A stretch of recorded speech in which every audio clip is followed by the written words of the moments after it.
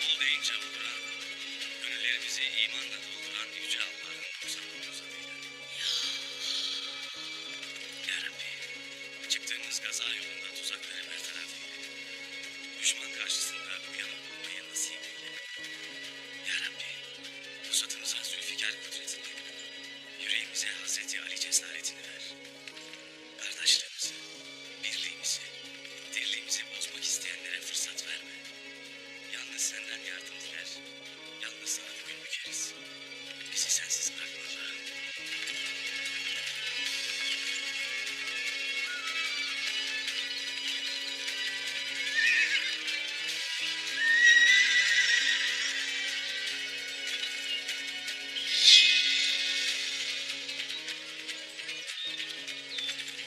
Haydır Allah!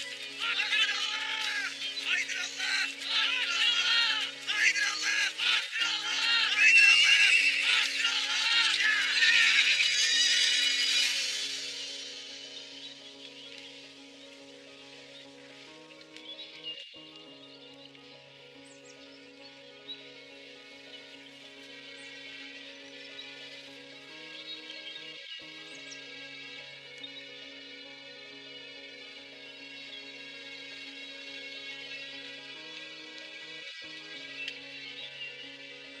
Emniyeti sağladık efendim. Eyvallah. Ertuğrul Bey de birazdan gelir.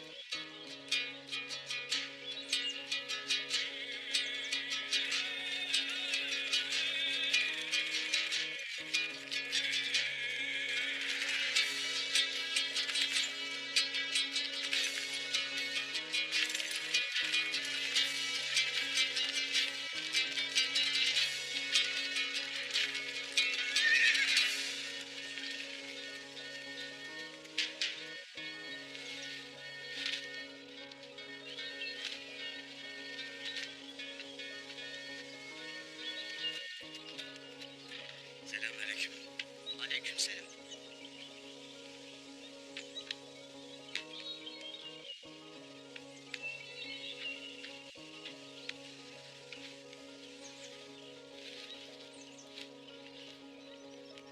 Sultanımızın sana selamı var. Hizmetlerinden ziyadesiyle memnun. Duydum ki köpek vezir olmuş. Bazen kirli işleri yapabilmek için kirli adamlara ihtiyaç olur. Devlet her daim temiz olmalıdır. Kirin kaynağı olan bataklığı temizlemelidir ki bir gün o bataklıkta kendi boğulmasın. Sultanımızın bir bildiği vardır şüphesiz. Ben de öyle ümit ederim. Sultanımız sana yeni bir vazife verdi. Şeref buyurmuşlar. Sen Karacahisar'ı fethedeceksin. Karacahisar kilit hükmündedir. Karacahisar'ı fethedersek Konstantin'e kadar olan bütün Bizans topraklarını ele geçirebiliriz. Hainleri temizledik. Şimdi fetih vaktidir.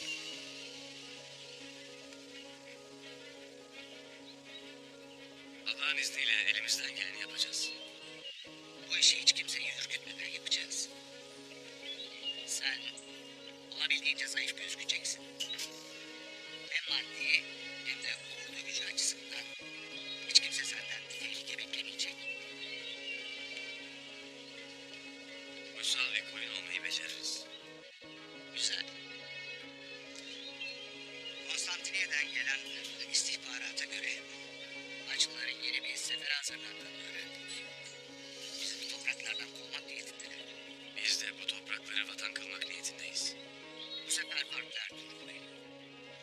şehir odakları birleşmiş. Bütün güçleriyle bize karşı saldırı hazırlığındalar. Biz Türkler de var gücümüzle şehadete koşarız o vakit.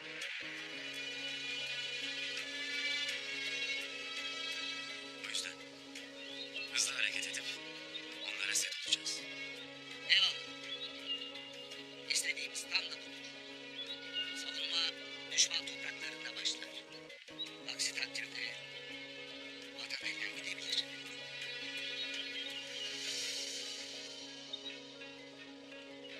Şimdi söyleyeceklerimi iyi dinleyiz. Sultanımızın Konstantiniyye'deki gözü sana bir isim getirecek. O isim tapınakçıların casusudur. Şeytanın ta kendisidir. Maksadı topraklarımıza Haçlı ordularını girdirmektir. Sultanın Konstantiniyye'deki gözünü iyi tanırım. Tapınakçıların casusunu öldürmeden Karacahisar'ı fethedemeyiz. Nerede bulacağım onu?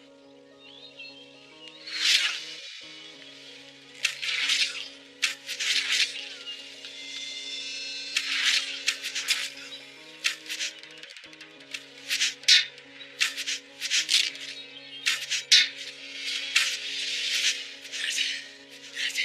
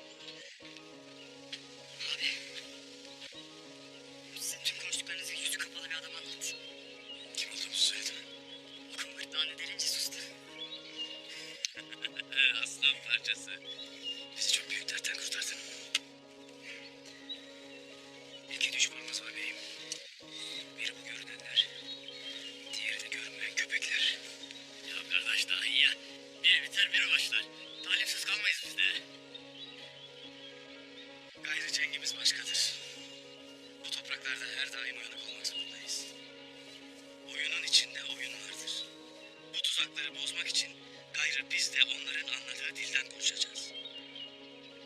Onların dillerini koparalım. Dilsiz kalsın, soysuzlar. Kutlu yolda sefer için gayrı biz tuzaklar kurup onları pusuya düşüreceğiz. İlk önce şehitlerimizi defnedelim. Sonra Hanlı Pazar'ın yolunu tutacağız. Eyvallah beyim. Eyvallah beyim.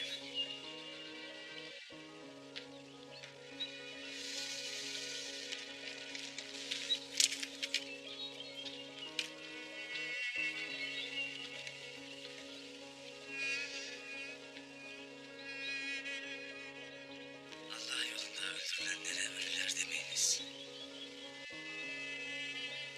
Aksine onlar diridirler. Ancak siz göremezsiniz.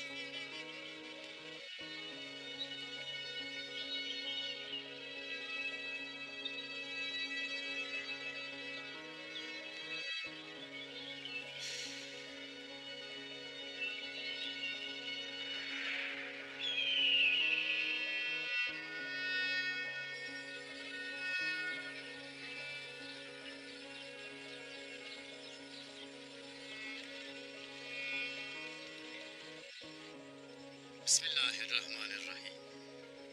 Eline, beline, diline sahip olasın. Rızkı hüdadan gayrı kimse de aramayasın. Hünerini, zekanı hayır dışında harcamayasın.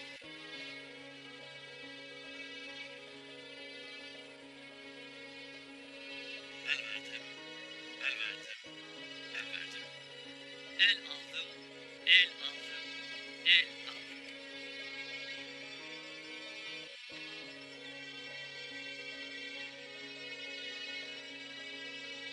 Canı incitmeyesin, elini kirletmeyesin, gözünü haramla doyurmayasın. Dertlere derman olmak, şifayı haktan bilmek. Ustama layık bir şifacı olmak için itesiye çalışacağım. Eyvallah, evlat, eyvallah. Allah mübarek etsin. Gündüz! Gündüz! Gündüz! Kardeşim!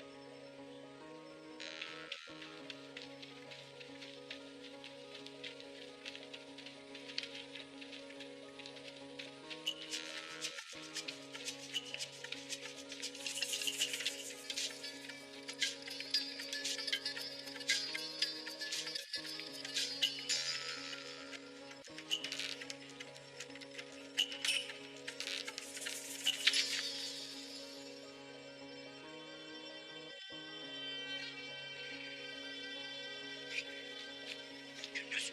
Kardeşim!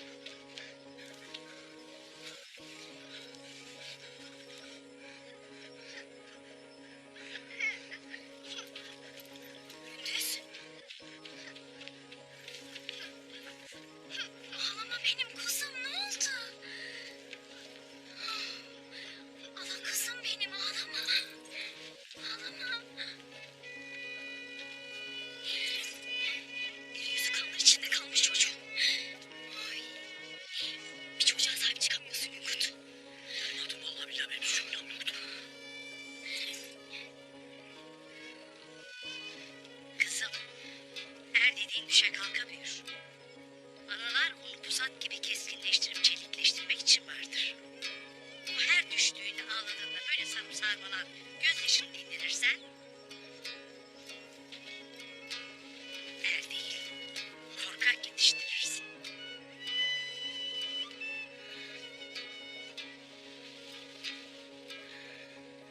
Haklısın ana. Eksik olma. Hem benim Gündüz'üm de babası gibi, emmileri gibi yiğit olacak. Saniye hastası da Gündüz'üm oldu. Erzağımız senin durumdadır. Birazdan başlayacağım dağıtımına. Lakin Ertuğrul eli boş dönerse halimiz perişandır. Sen işin başına git. Ben Gündüz'le ilgilenirim. Kuzum.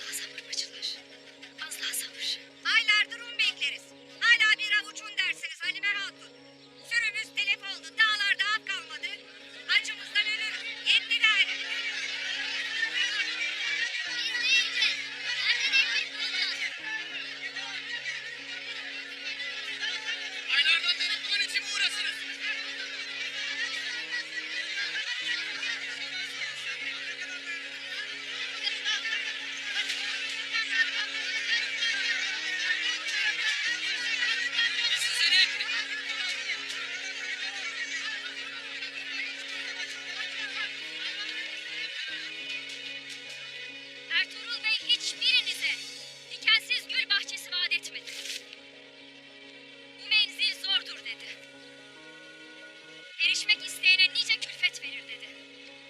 Şimdi kalkmış neyin davasını güdersiniz? Halme Hatun.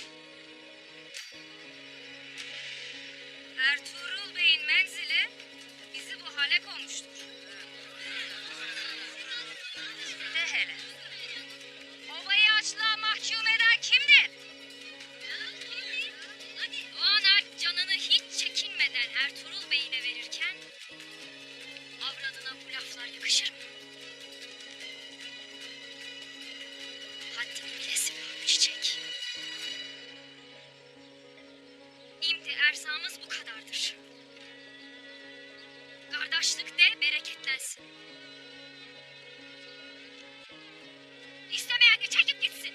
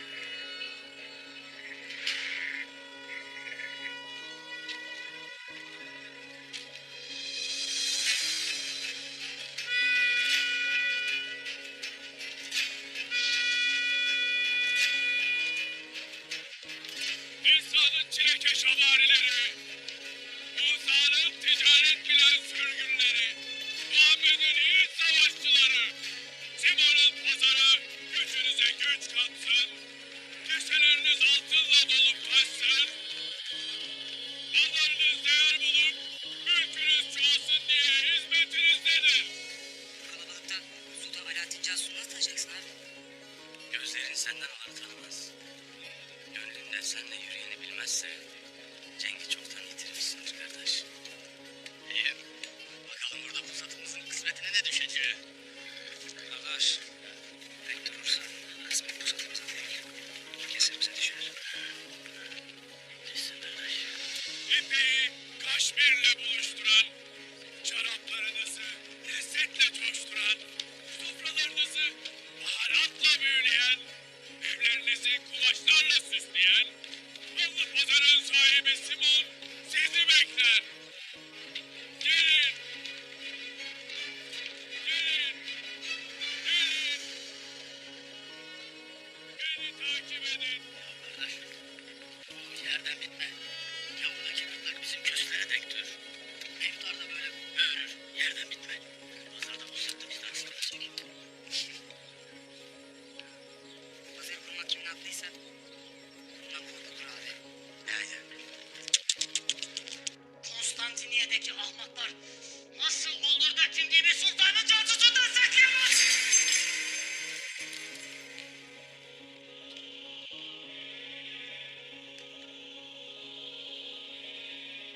Tapınak şövalyesi olduğunuzu bilmiyorlar ama efendi Simon. Haçlı ordusuna, papaya hizmet ettiğimizi biliyorlar ama. Bu kesinlikle Büyük Üstad Benediktus suçudur. Bunun bedelini ödeteceğim. Bunun bedelini onlara ödeteceğim. İlk fırsatta bu hadiseyi tapınak şövalyelerini yüce konseyine götüreceğim. Ahmaklıkları yüzünden neler olacağını düşünmezler mi ha? Ya İznik'ten Konya'ya kadar kolları uzanan yapımız çökerse? Ya Sultan Alaaddin'in ordusu Haçlı ordusundan önce gelip bu toprakları fethederse? Lanet olsun. Kim olduğunu bile öğrenemedik. Ne yapacağız efendi Simon?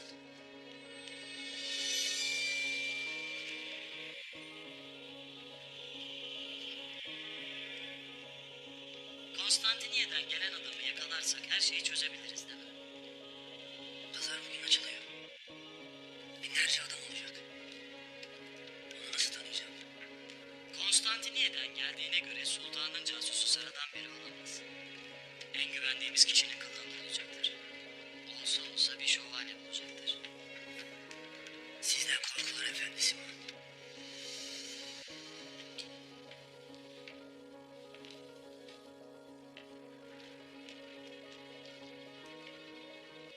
Han yoluna tuzak kur. Gördüğün ilk şövalye pençelerinin arasına düşsün.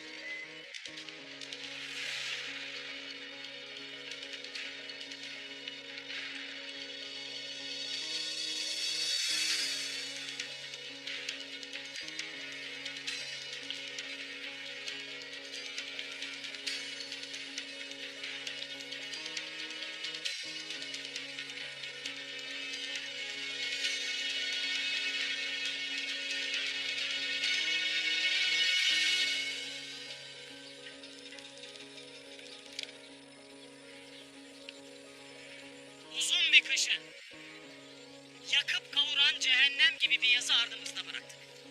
Keselerimiz çil çil altınlara aç. Uğursuz kış rüzgarları yüzümüzü kesinceye kadar pazarım da, hanım da hizmetinizde. Elbette satacak malı ve kesesinde altını olanlar. Konstantinopolis'ten Çin'e kadar dünyanın en değerli mallarını bu pazarın tezgahlarında bulacaksınız. Mallar sizinse tezgahlarınız da, tezgahlarınızdaki malların emniyeti de benden sorulur. Bilenler bilir, bilmeyenler anlatsın. Bu pazar Simon'un pazarıdır. Gözünüzde, gönlünüzde altına doysun dilerim. Simon Efendi, Bizans'ın imparatoru Yohannes Batakis ise sen de bu pazarın imparatorusun. Çok yaşa Simon, çok yaşa, çok yaşa.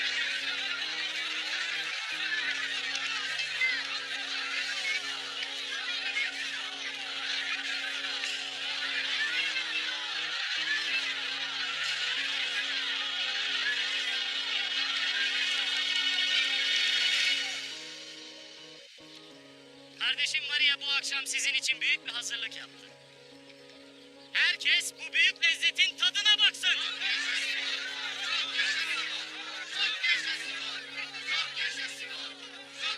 Kaya boyundan Ertuğrul Bey. Demek yolun pazara da düşermiş ha. Çavdar Tatarlarından Ural Bey. Duydum ki pazarlar yiğit görmek istermiş. Biz de girelim dedik. Onca yola şu postları satmak için mi geldin Ertuğrul Bey? Değil bana. Pazarda hiç kimse. Biraz dünyanı tanı Ertuğrul Bey. Tanı şu dünyayı. Bak adamlar Çin'den, Venedik'ten, Hindistan'dan bir kervan dolusu mal getiriyor. Sen burnunun ucundaki pazara 3-5 leşin postunu getiriyorsun.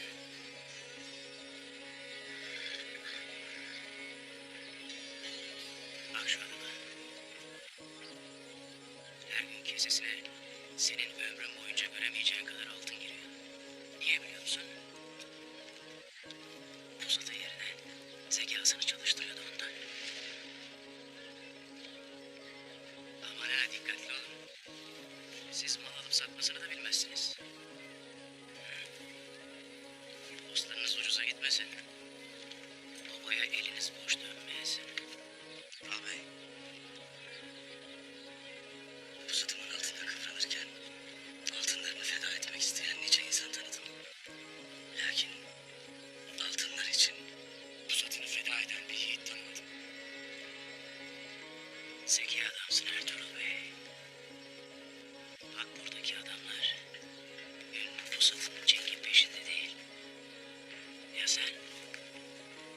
peşindesin.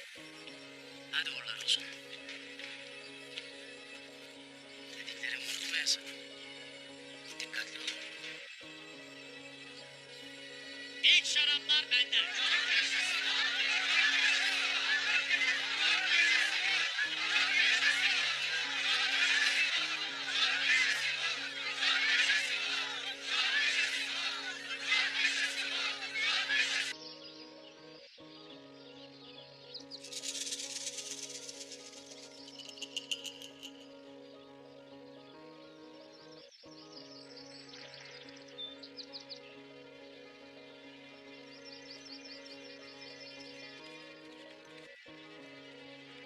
Sakin ol. Adam hızlı değil.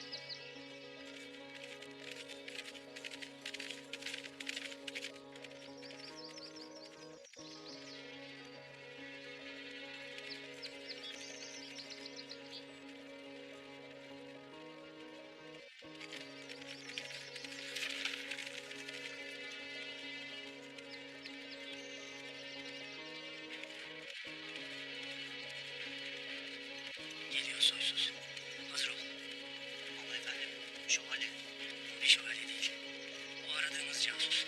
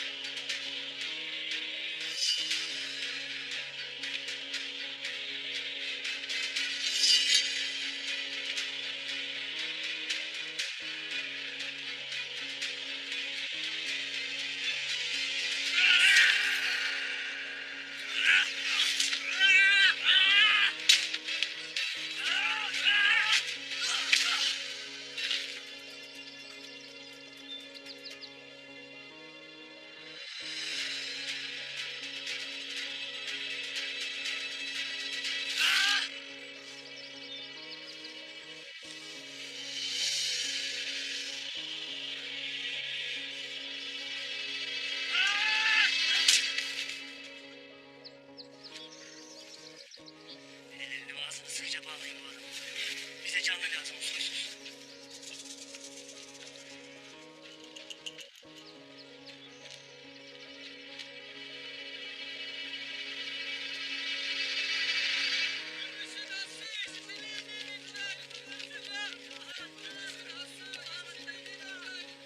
Abi, burası iyi sanki.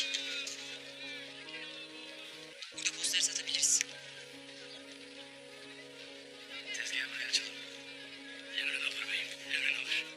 Ya, Doğan kardeş de burada olaydı. Olaydı da hamallığı ona yaptırırdık. Hadi bismillah.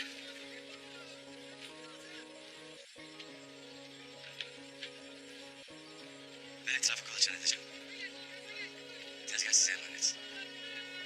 Turgut, buyur beyim. Sen de bu olayları alacağımız esnafına olacaksın. Emrin olur beyim.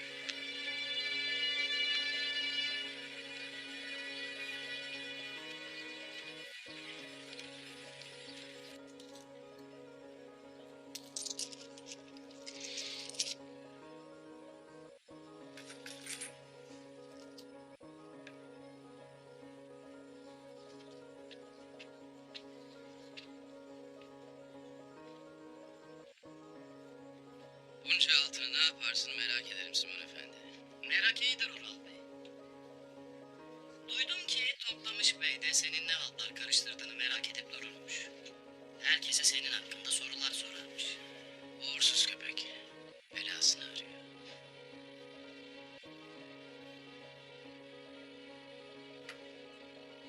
Vakti gelince onun icabına bakarsın.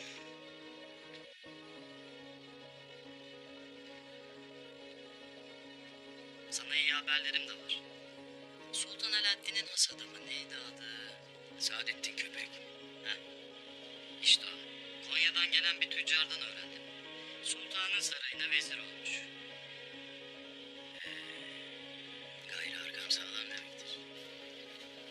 Arkandan gelecek mallar bundan sonra senden sorulacak. İyi kazanacaksın. Eğer yanlış yapmazsan sen de kazanırsın. Ama yanlışını görürsen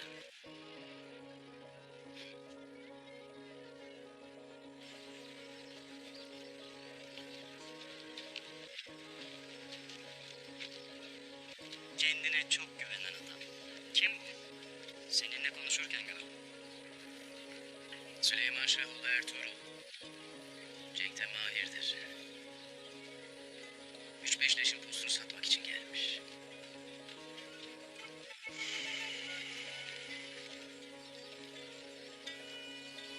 Ama sanki gözleri başka bir şeyin peşindeymiş gibi.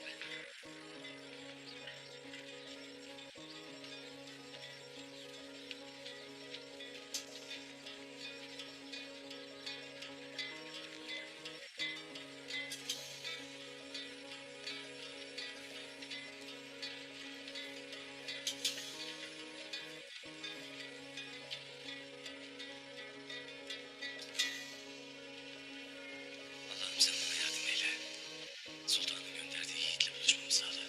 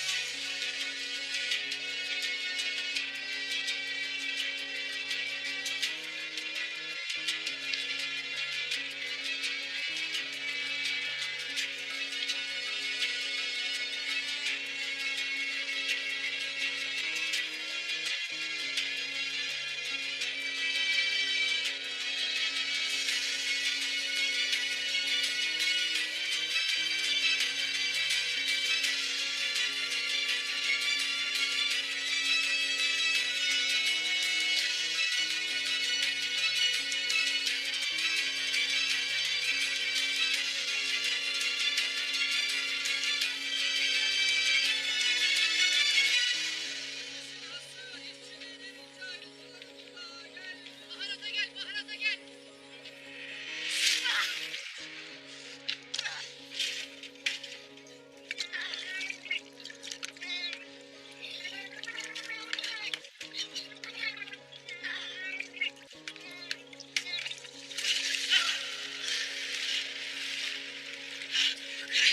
Böyle tatların nerede görülmüş?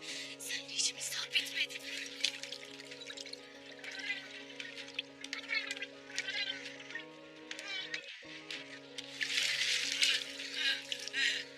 Bu düşman senin hayrınadır evladım. Bilesin. O bileği taşı gibi öfkemi bilemektesin. Yazıktır, günahtır. Ölürsen kendi çukurunu doldurursun. Ben senin gözyaşlarına üzülürüm. Söyle bana hadi de bizim mallarımızı sen mi çektin? Benim bir suçum yok. Ben masumum. Dilin çözülene kadar yumruğum çözülmez bile siz soykurasıca herif. İç etmenin ne demek olduğunu öğreteceğim sana.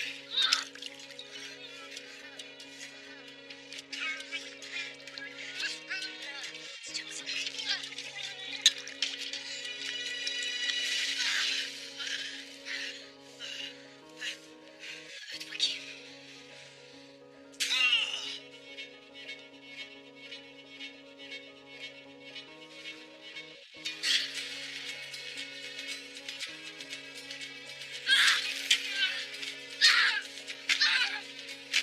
Aslan!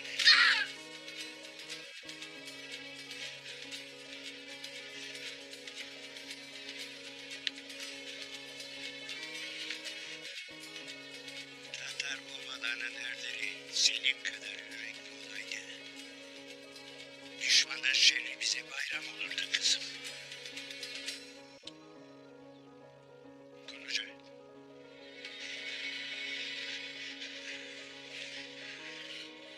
Kızım, Aslı'nın merhametli ellerine bıraktım seni.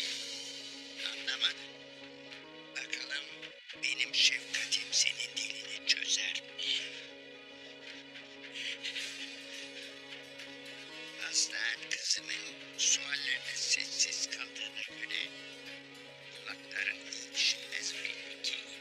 İşitmeyen kulağın neden de işitir ki?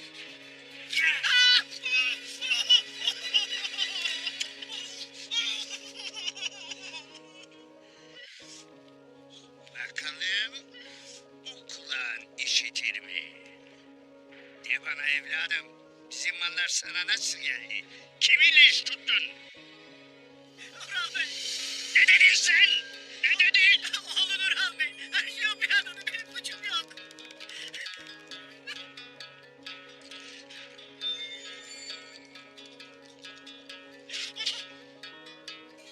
Beyim yapma. Ölürse Ural Bey'le yüzleştiremeyiz onu.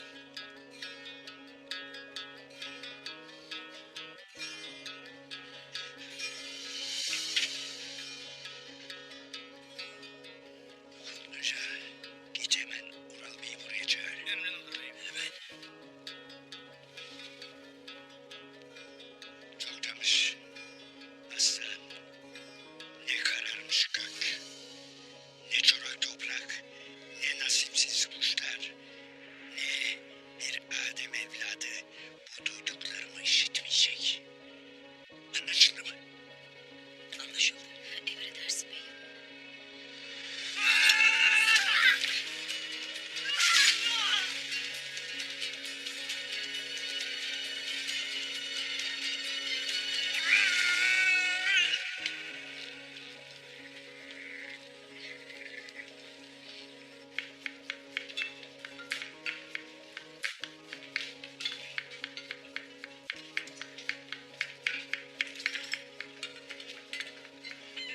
Ural Bey'in yahnisi hazır. Kim götürecek? Ben götürürüm.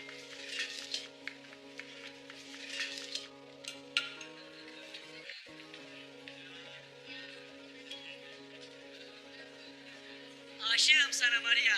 Aşkın yüreğimi dağlar. Bana evet de. Evet de ki abinden seni isteyeyim.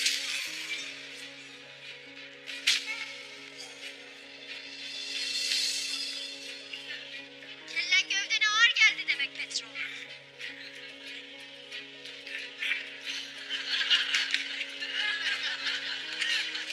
Git başka çöplükte içerem.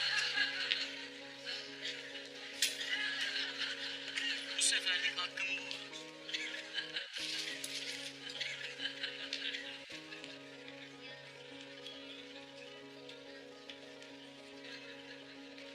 Size kendi ellerimle yahni yaptım Ural Bey. Kıymetini bil Ural Bey. Maria herkese hizmet etmez. Eksik olma Maria. Ellerin dert görmesin. Afiyet olsun beyim.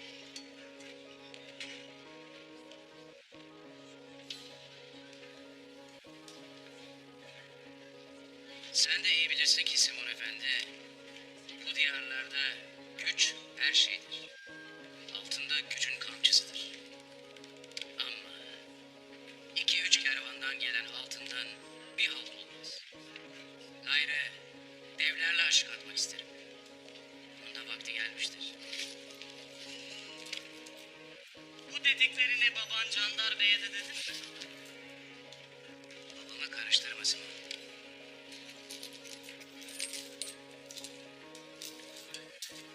Evlerle aşık atmak istersin. Anlarım. Lakin bu söylediklerin lafla olmaz Ural. Daha babana bile sözün geçmezken nasıl olacak bu dedikleri? Nasıl olacağını göreceksin. Hem de tez zamanda. Ural Bey, Candar Bey'im Toktamış Bey'le dükkanda sizi bekler. Hemen gelesiniz. Mesele neymiş Kutluca? Geldiğim vakit görürsün beyim.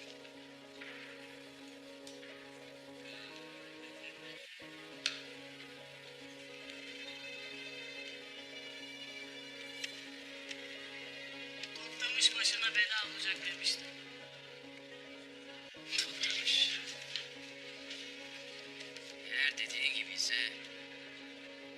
Toktamış'ın eceli benden olacaktır. Sen yeter ki kararını ver. Gerisini ben hallederim. Ama dikkat et.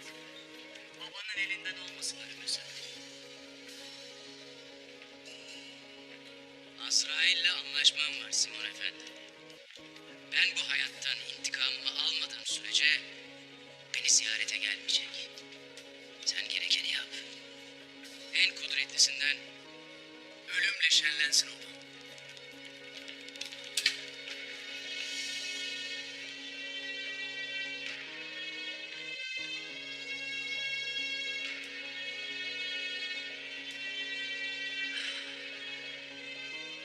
Vakit geldi mi? Karadul'un tatlı şerbetini hazır et.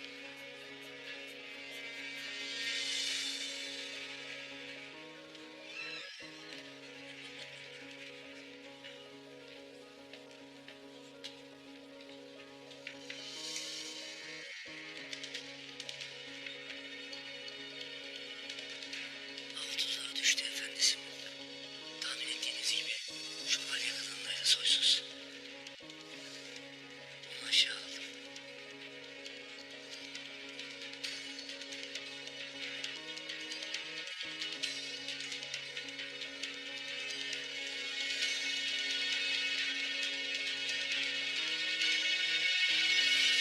Batuhan, her şeye hazırlıklı ol. Bu dükkana girmek var çıkmak yok.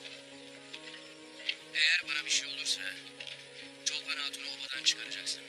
Merak etme bey.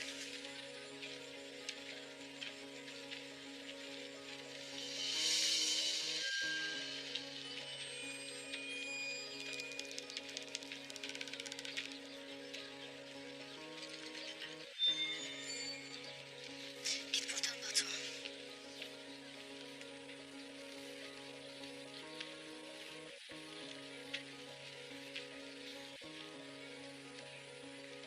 Gözlerin sırçadan gibidir aslan. İçindekini görmemek için kör olmak gerekir. Hayırdır? Sırça gözlerim ihanet görmüştür abi. Vakit. Gözlerin adaletini de görsün kardeşim. Görsün ki bu güzel gözlerin ağabeyine umut versin.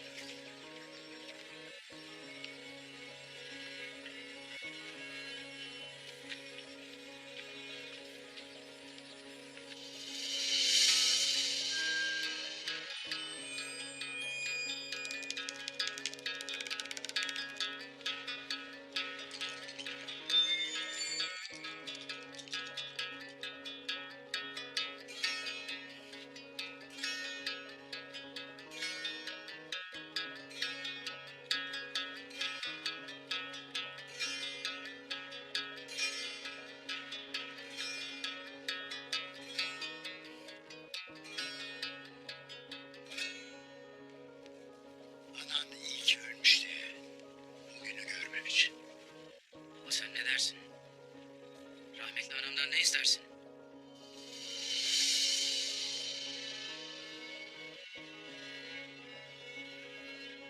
Sana baktıkça ananın o güzel yüzünü görürüm. Genç yaşta öldüğü için şükrederim. Şükrederim ki içindeki ihaneti görmedi. Baba, anamın adını ağzına alma. Benim hakkımda kim iftira attı sana, onu de. Şu yerde yatan it mi? Ne dedi sana? Benim altınlarım yetmedi. Şimdi obanın altınlarına mı göz diktin? Ben ne obanın hakkını ne de senin hakkını yedim. Ticaretin kaidelerini benden daha iyi bilirsin baba.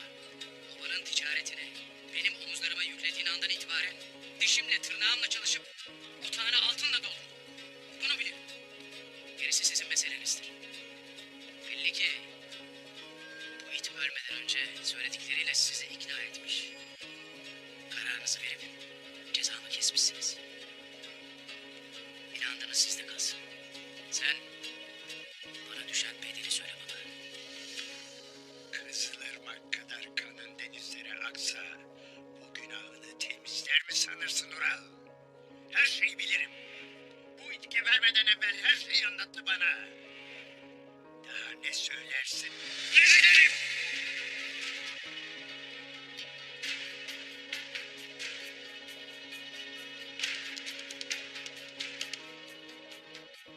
Bu it kadar gözünde değerim yoksa sana son sözüm şudur. Beni sana satan, iftira atan her kimse babayla oğul arasına girmek isteyendir. Karım sana feda olsun ama bu da sana dert olsun.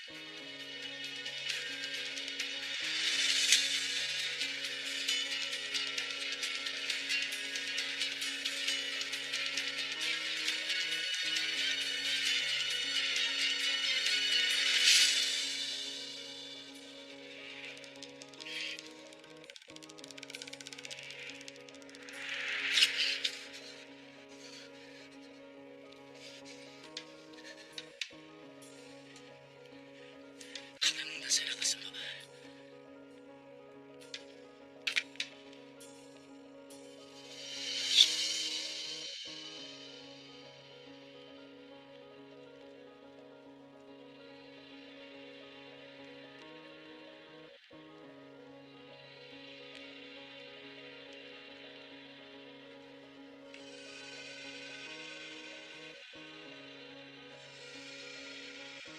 Ey yüce İsa'nın kutlu hizmetkarı ve benim sadık yol arkadaşım.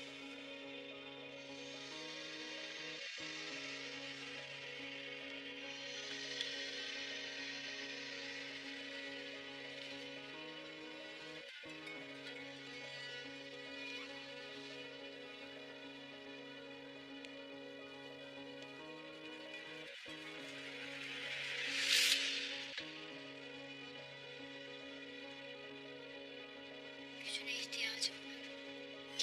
Kutsal ruh adına zehrini bahşet bana. Bahşet ki her damlası bir derya olsun. Boğulsun düşmanlarımız.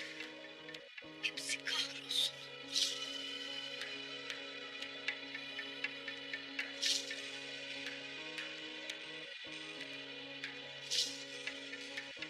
Şeytanın gölgesi dişlerinin arasındadır küçük dostum Silvanus.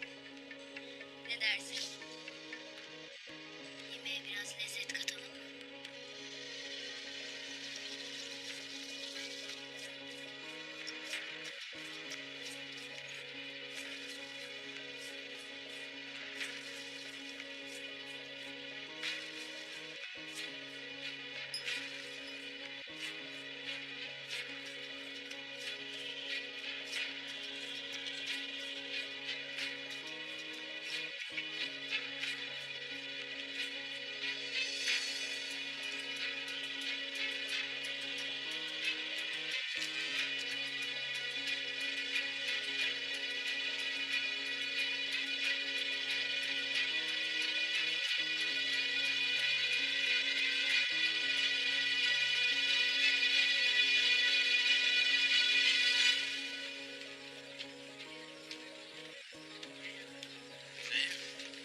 Tezgah açmak için bile bedel isterler. Sanki kendi mallarıymış gibi. Allah'ın toprağın üstüne koyduk dayı. Akçe vermiyormuş bey. Biz de elbet bir gün tezgah alırız Manusa. Dert etmeyiz. Şimdi bir tüccar bulup malları satalım. Hala bir havadis yok değil mi? Konstantiniyye'den gelenle elbet karşılaşacağız.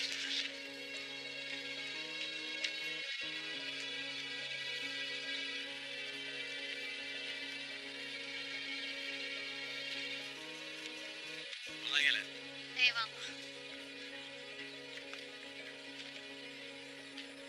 Candar Bey burada mıdır?